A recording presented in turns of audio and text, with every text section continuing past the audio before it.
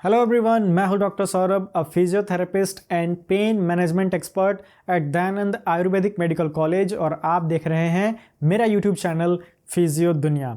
दोस्तों, आज के इस वीडियो में मैं बात करने वाला हूं आपसे फेशियल पाल्सी, बेल्स पाल्सी या आम भाषा में जिसे हम चेहरे का लकवा भी बोलते हैं, इसके बारे में। चेहरे का लकवा वैसे एक साइड भी हो सकता है, आपके दोनों ही साइड भी हो सकता है। यह उम्र के हिसाब से किसी भी उम्र के लोगों को हो सकता है। चेहरे का लकवा आप बड़े ही आसानी से पहचान सकते हो। आपके जिस भी साइड में आपका चेहरा अफेक्टेड होगा वो साइड वीक पड़ जाएगा, कमज़ोर पड़ जाएगा और वो नीचे की तरफ ड्रूपिंग या लटकने लगेगा। और जो आपका अच्छा वाला साइड होगा, उधर के जो भी मसल होंगे वो आपके फेस को एक तरफ खींचने लगेंगे, जिससे आपका फेस का स्ट्रक्चर थोड़ा सा डिफॉर्म हो जाएगा। ये हो सकता है आपको पता तो ना चले, पर आपके सामने वाले जिससे आप बात कर रहे हैं उनको देखकर ये बातें समझ आ जाएगी। फेशियल पाल्सी में होता क्या है, इसके एक लक्षण क्या हैं, चलिए इनके बारे में जानते हैं। दोस्तों, फेशियल पाल्सी में सबसे कॉमन जो चीज़ हमें देखने के लिए मिलती है वो है आँख को बंद करने में, आइज़ को बंद करने में प्रॉब्लम होता है। या फिर अगर आप आँख बंद भी कर लेते हैं तो आपके आँख से हमेशा आंसू निकलते रहते हैं, यानी कि वाटरी आइज़ हमें देखने के लिए मिलता है। दूसरा जो सबसे महत्वपूर्ण इंडिकेशन है फेशियल पाल्सी का, वो है कि जब भी आप बोलने जाते हैं, खाना खाते हैं या फिर पानी पीते हैं, उस टाइम पे आपके फेस के जिस भी साइड में आपका फेस अफेक्टेड है उधर के लिप्स से पानी नीचे की तरफ गिर सकता है। अगर आप हवा भरते हैं, अगर मुंह फुलाना चाहते हैं तो आप हवा को अंदर पकड़ नहीं पाते हैं और हवा आपके होठों से होते हुए लीक हो जाती है।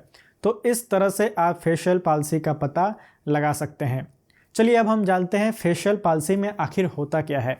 फेशियल पाल्सी हमारे फेस के मसल के वीकनेस की वजह से होता है। हमारे चेहरे में, हमारे इस फेस में काफ़ी सारे मसल हैं और उन मसल को चलाने का काम करता है सातवां क्रेनियल नर्व।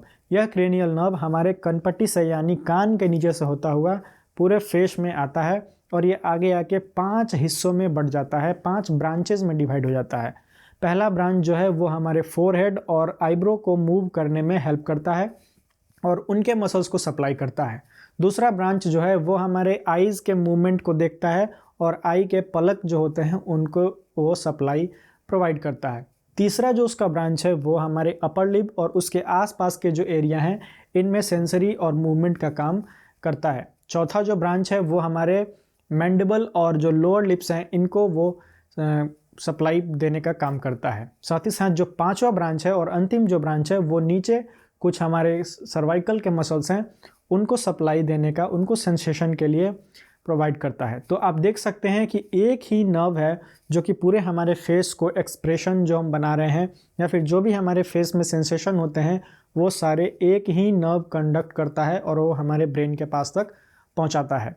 वैसे तो बेल्स पाल्सी या फेशियल पाल्सी होने के एग्जैक्ट कारण अब तक नहीं पता है, पर फिर भी अगर मैं मोटा मोटा आपको बताना चाहूँ तो बेल्स पाल्सी हमारे 7th क्रेनियल नर्व यानी कि क्रेनियल नर्व का 7वां जो नर्व है उसमें किसी भी प्रकार से अगर कोई समस्या आ जाती है तो हमें फेशियल पाल्सी, बेल्स पाल्सी या चेहरे का लकवा देखने के लिए मिलता है।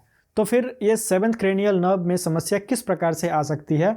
तो 7th क्रेनियल नर्व में बहुत से कारणों से समस्या आ सकती है। सबसे पहला कारण है कि अगर किसी भी तरह से आपको वायरल या फिर फंगल या फिर बैक्टीरियल इन्फेक्शन हो चुका है, जैसे कि मम्स हो रहा है, तो उस केस में हमें फेशियल पैरालिसिस देखने के लिए मिलती है। दोस्तों, दूसरा है अगर आपके कान में किसी प्रकार का इन्फेक्शन है तब भी हमें फेशियल पाल्सी देखने के लिए मिलती है। कई ऐसे कारणों में हमें आँख में इन्फेक्शन हो तब भी फेशियल पाल्सी देखने के लिए मिलती है। अगर आपको पीछे या साइड में कभी जोड़ का चोट लग गया हो इस कनपट्टी के पास, तब भी हमें फेशियल पाल्सी या बेल्स पाल्सी देखने के लिए मिलती है। दोस्तों, अब हम बात करते हैं ट्रीटमेंट के बारे में। तो फेशियल पाल्सी, जैसा कि मैंने बताया कि वायरल या फंगल इन्फेक्शन से होने के चांसेस काफ़ी अधिक होते हैं। तो शुरुआती के 10 से 15 दिनों में आपको एक ENT स्पेशलिस्ट से मिलकर ज़रूर अपने कान और अपने फेस के मसल्स को ज़रूर दिखाना चाहिए। टंग को, आइज़ को आपको दिखाना चाहिए और उससे रिलेटेड अगर कोई भी इन्फेक्शन है तो उसके लिए आपको मेडिसिन उनसे ले लेना चाहिए। शुरुआती दिनों में अगर आप मेडिसिन से इस इन्फेक्शन को कंट्रोल कर लेते हैं तो फिर फेशियल पाल्सी आपको कम हो जाता है। जैसे ही ये इन्फेक्शन का पीरियड ख़त्म होता है आपको तुरंत ही अपने नज़दीकी फिजियोथेरेपिस्ट से मिलना चाहिए। फिजियोथेरेपी में इसका बहुत ही अच्छा इलाज है। यहाँ पर अलग अलग मसल्स को मसल स्टिमुलेटर नाम के मशीन से एक्टिवेट किया जाता है और उनमें मूवमेंट लाने की कोशिश की जाती है।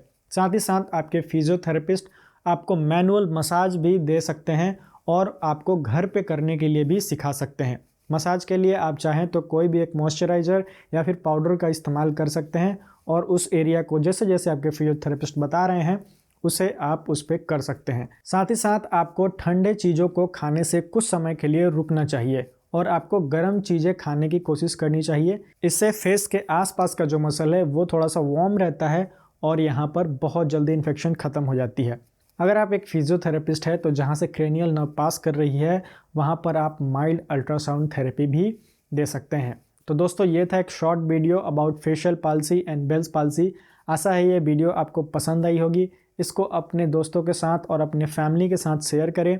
अगर आपको ये वीडियो पसंद आया हो तो इसको लाइक करें और अगर आपको फेशियल पाल्सी से संबंधित मसाज के बारे में एक वीडियो चाहिए तो आप हमें नीचे कमेंट कर सकते हैं। मैं कोशिश करूंगा कि नेक्स्ट वीडियो में मैं आपको फेशियल पाल्सी से संबंधित कैसे मसाज करना है उसके बारे में मैं आपको एक वीडियो बनाकर दूं। धन्यवाद।